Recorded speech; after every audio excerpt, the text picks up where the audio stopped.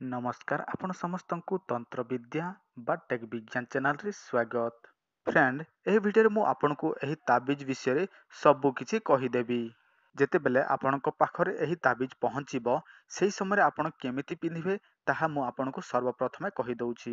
ଦେଖନ୍ତୁ, ଯେତେବେଳେ ଆପଣଙ୍କ ପାଖକୁ ଏହି ତାବିଜ ପହଞ୍ଚିବ ଠିକ୍ ସେହି ସମୟରେ କ'ଣ କରିବେ, କିଛି କଞ୍ଚା କ୍ଷୀର ନେବେ, 3ଟି ଧୂପକାଠି ନେବେ, ଗୋଟିଏ ଘିଅ ଦୀପ ନେବେ।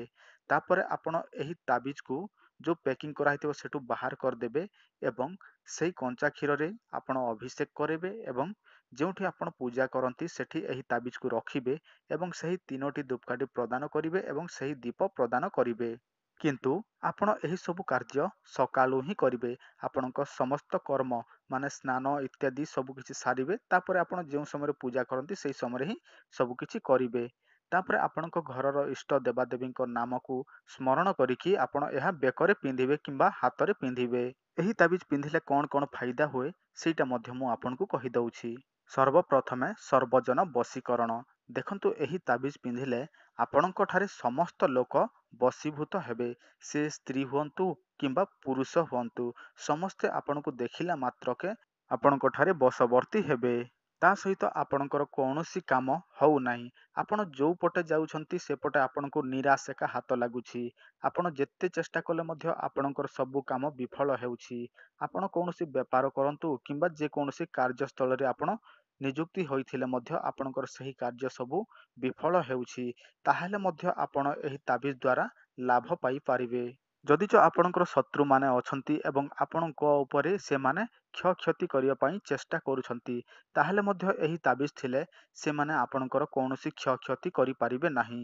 ଯଦିଚ କେହି ଆପଣଙ୍କ ଉପରେ ମନ୍ତ୍ର ଯନ୍ତ୍ର ତନ୍ତ୍ର ପ୍ରୟୋଗ କରିକି ଆପଣଙ୍କର କ୍ଷୟକ୍ଷତି କରିବା ପାଇଁ ଚାହୁଁଥିବ, ତାହେଲେ ମଧ୍ୟ ଏହି ତାବିଜ ଥିଲେ ଆପଣଙ୍କ ଉପରେ କୌଣସି ବାଣ ଶିଙ୍ଗାର ଏସବୁ ପ୍ରୟୋଗ ହୋଇପାରିବ ନାହିଁ। ଯଦିଚ ଆପଣ କୌଣସି ବ୍ୟବସାୟ କରୁଛନ୍ତି ତାହେଲେ ଆପଣଙ୍କ ବ୍ୟବସାୟରେ ଲାଭ ହେଉନାହିଁ, ତାହେଲେ ମଧ୍ୟ ଏହି ତାବିଜ ପିନ୍ଧିଲେ ଆପଣଙ୍କର ସେହି ସବୁ ସମସ୍ୟା ଦୂର ହେବ ଏବଂ ଆପଣଙ୍କର ଲାଭ ହେବାକୁ ଲାଗିବ। ଯଦିଚ ଆପଣଙ୍କ ଉପରେ କୌଣସି ଭୂତ ପ୍ରେତ ଡାହାଣୀ ଚିରଗୁଣିର ସାୟା ଅଛି, ସେ ଯଦି ଆପଣଙ୍କର ଉପରେ ଆଟାକ୍ କରିବା ପାଇଁ ଚାହୁଁଥିବ, ତାହେଲେ ମଧ୍ୟ ଏହି ତାବିଜ ଥିଲେ ସେ ଡାହାଣୀ ପିଶାଚୁଣୀ ଚିରଗୁଣି ଏସବୁ ଆପଣଙ୍କୁ ସ୍ପର୍ଶ ମଧ୍ୟ କରିପାରିବେ ନାହିଁ। ଯେତେ ମଧ୍ୟ ଆପଣଙ୍କ ଆଖପାଖ ଖରାପ ଶକ୍ତି ଥିବ ସେ ସବୁ ଦୂରେଇ ହେଇଯିବ। କିନ୍ତୁ ଆପଣମାନେ ସଦାସର୍ବଦା ଏହି ତାବିଜ ଉପରେ ବିଶ୍ୱାସ କରିକି ହିଁ ଧାରଣ କରିବାକୁ ପଡ଼ିବ। ଯଦିଚ ଆପଣଙ୍କର ବିଶ୍ୱାସ ନଥିବ ତାହେଲେ ଭାଇ ଏଇଟା କଦାପି କାମ କରିବ ନାହିଁ। ଆଉ ଯିଏ ଯେମିତି ବିଶ୍ୱାସ କରିବ ତାକୁ ସେମିତି ଏକା ଏହା ଫଳ ଦେବ। ଏହି ତାବିଜ ପିନ୍ଧିଲେ ବାରଣ କ'ଣ କ'ଣ ଅଛି ସେଇଟା ମୁଁ ଆପଣଙ୍କୁ କହିଦେଉଛି। ଦେଖନ୍ତୁ, ବାରଣ ତ ସେମିତି ଖାଇବା ପିଇବାରେ କିଛି ନାହିଁ, କିନ୍ତୁ ମୃତ୍ୟୁକିଆ ବାରଣ ଅଛି। ତା ସହିତ କୌଣସି ସ୍ତ୍ରୀ ଯଦି ମାସିକ ଧର୍ମ ହୁଅନ୍ତି ତାହେଲେ ମଧ୍ୟ ସେହି ସ୍ତ୍ରୀକୁ ଆପଣ ଛୁଇଁ ପାରିବେ ନାହିଁ। ଯଦିଚ ନିଜ ପରିବାରର ହୁଅନ୍ତି ତାହେଲେ କିଛି ଅସୁବିଧା ନାହିଁ, କିନ୍ତୁ ଅନ୍ୟ ପରିବାରର କୌଣସି ସ୍ତ୍ରୀ ସେମିତି ହୋଇଥାଏ ତାହେଲେ ଆପଣ ଜାଣି ଶୁଣି ତା ସହିତ ଛୁଆଁଛୁଇଁ ହେବେ ନାହିଁ। ଆଉ ମୃତକିଆ ମଧ୍ୟ ନିଜ ବଂଶଧରର ହେଲେ କୌଣସି ଅସୁବିଧା ନାହିଁ। ବଂଶଧର ଯଦି ମରିଯାଆନ୍ତି ତାହେଲେ ଆପଣ ଖୋଲିଦେବେ ଆଉ ରଖିଦେବେ, କିନ୍ତୁ ବାହାରିଆ ଲୋକ ଯଦି କୌଣସି ଭାବେ ମୃତ୍ୟୁବରଣ କରନ୍ତି ତାହେଲେ ଆପଣ ଛୁଇଁ ଗଲେ ତାହେଲେ ଏସବୁ ଆଉ କାମ ଦବ ନାହିଁ। ଆଉ ଏହାର ପ୍ରତିକାର ମଧ୍ୟ ନାହିଁ, ଆପଣ ସେଇଟାକୁ ଫିଙ୍ଗି ଦେବାକୁ ହିଁ ପଡ଼ିବ।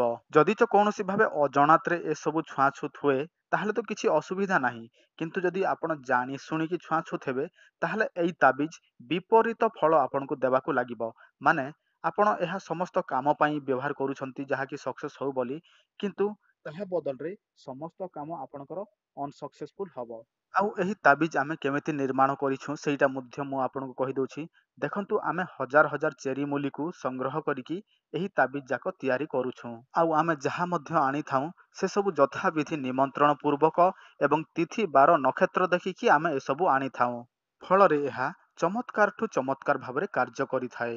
ଆପଣମାନଙ୍କର କଥା ଦେଖନ୍ତୁ, ବର୍ତ୍ତମାନ ସୁଦ୍ଧା ଆମେ କେତେ ଗୁଡ଼ିଏ ତାବିଜ ଅଲରେଡି ପଠାଇ ସାରିଛୁଁ, ସେଇଠି ତ ଆମେ ଗଣିକି କହିପାରିବୁ ନାହିଁ। କିନ୍ତୁ ଅଧିକାଂଶ ଏମିତି ଲୋକ ଅଛନ୍ତି ଯେଉଁମାନେ କି ଆମକୁ ସବୁବେଳେ କହନ୍ତି, ସାର୍ ଆପଣଙ୍କ ତାବିଜ ଭଲ ଭାବରେ କାମ କରୁଛି ଏବଂ ଆମେ ଯେଉଁଥିପାଇଁ ନେଇଛୁଁ ତାହା ଆମର ସମ୍ପୂର୍ଣ୍ଣ ଭାବରେ ସଫଳ ହେଉଛି। କିନ୍ତୁ ସେଥିମଧ୍ୟରେ ଏମିତି 2-3 ଜଣ ଲୋକ ମଧ୍ୟ ଅଛନ୍ତି ଯେଉଁମାନେ ଆମକୁ କମ୍ପ୍ଲେନ୍ ମଧ୍ୟ କରନ୍ତି, ସାର୍ ମୁଁ ଏହି ତାବିଜ ପିନ୍ଧିଲି କିନ୍ତୁ ମୋର କିଛି ମଧ୍ୟ ଚମତ୍କାର ହେଉନାହିଁ। ମୁଁ ସେଇମାନଙ୍କୁ ଗୋଟିଏ କଥା କହିବା ପାଇଁ ଚାହୁଁଛି, ଦେଖନ୍ତୁ ଏତେ ଗୁଡ଼ିଏ ଲୋକ ନେଇଛନ୍ତି, ସେମାନଙ୍କର ସମସ୍ତ କାର୍ଯ୍ୟ ସଫଳ ହେଉଛି। କିନ୍ତୁ ଆପଣଙ୍କର କାହିଁକି ହେଉନାହିଁ? କାରଣ ଆପଣମାନେ ଯେତେବେଳେ ନେଲେ କିମ୍ବା ଆପଣ ଯେତେବେଳେ ପିନ୍ଧିଛନ୍ତି, ସେତେବେଳେ ଆପଣଙ୍କର ବିଶ୍ୱାସ ଏହା ଉପରେ ନାହିଁ। ମୁଁ ଆପଣଙ୍କୁ ଆଗରୁ ମଧ୍ୟ କହି ସାରିଛି, ଦେଖନ୍ତୁ ତନ୍ତ୍ର ମନ୍ତ୍ର ଯନ୍ତ୍ର ଏସବୁ ବିଶ୍ୱାସରେ ହିଁ ହୋଇଥାଏ। ଆଉ ଯୋଉଠି ବିଶ୍ୱାସ ସେଇଠି ତନ୍ତ୍ର ପ୍ରୟୋଗ ହୁଏ, ଆଉ ଯୋଉଠି ବିଶ୍ୱାସ ନାହିଁ ସେଠି କଦାପି ତନ୍ତ୍ର ପ୍ରୟୋଗ କଲେ କିମ୍ବା ମନ୍ତ୍ର ପ୍ରୟୋଗ କଲେ ତାହା ସଫଳ ହୁଏ ନାହିଁ। ଆପଣମାନେ ସମସ୍ତେ ଜାଣନ୍ତି, ଯଦି କୌଣସି ବ୍ୟକ୍ତି ଶ୍ରଦ୍ଧା ବିଶ୍ୱାସର ସହିତ ଯଦି କୌଣସି ଦେବାଦେବୀକୁ ପତ୍ରଟିଏ ମଧ୍ୟ ପ୍ରଦାନ କରିବେ, ତାହେଲେ ତାହା ଉପରେ ଦେବାଦେବୀ ସନ୍ତୁଷ୍ଟ ହୋଇଥାନ୍ତି। ଯଦି କୌଣସି ବ୍ୟକ୍ତି ଯଦି ବିଶ୍ୱାସ ବିନା ଯଦି କୌଣସି ଦେବାଦେବୀକୁ ଷୋଡ଼ଶ ଉପଚାରରେ ପୂଜା ବିଧି କରନ୍ତି, ତାହେଲେ ମଧ୍ୟ ତାହାର ଦୁଃଖ କିମ୍ବା ତାହାର ଯାହା ମଧ୍ୟ ଥିବ ସେ ସବୁ ଭଗବାନ କେବେ ମଧ୍ୟ ଶୁଣନ୍ତି ନାହିଁ। ଆଉ କେତେ ଜଣ ଲୋକ କଣ କହନ୍ତି ଏହି ତାବିଜ ମଗେଇବା ସମୟରେ, ସାର୍ ଏଇଟା କାମ ଦବ ତ? ଭାଇ ଦେଖନ୍ତୁ, ଏମିତି କ୍ୱେଶ୍ଚିନ୍ ମାର୍କ ରଖିକି ଆପଣ କଦାପି ଏହି ତାବିଜ ମଗାଇବେ ନାହିଁ। ଆପଣ ଗୋଟିଏ ମନ ଗୋଟିଏ ଧ୍ୟାନରେ ଆପଣ ଡାଇରେକ୍ଟ ଫୋନ୍ କରିବେ ଯଦି ଆପଣଙ୍କୁ ଦରକାର ଅଛି। ତିଳେ ମାତ୍ରେ ଯଦି ଆପଣଙ୍କର ସନ୍ଦେହ ଅଛି, ତାହେଲେ ଆପଣ ଅଯଥାରେ ନିଅନ୍ତୁ ନାହିଁ। ଯେଉଁଠି ସନ୍ଦେହ ସେଇଠି ତନ୍ତ୍ର ପ୍ରୟୋଗ ହୋଇନଥାଏ।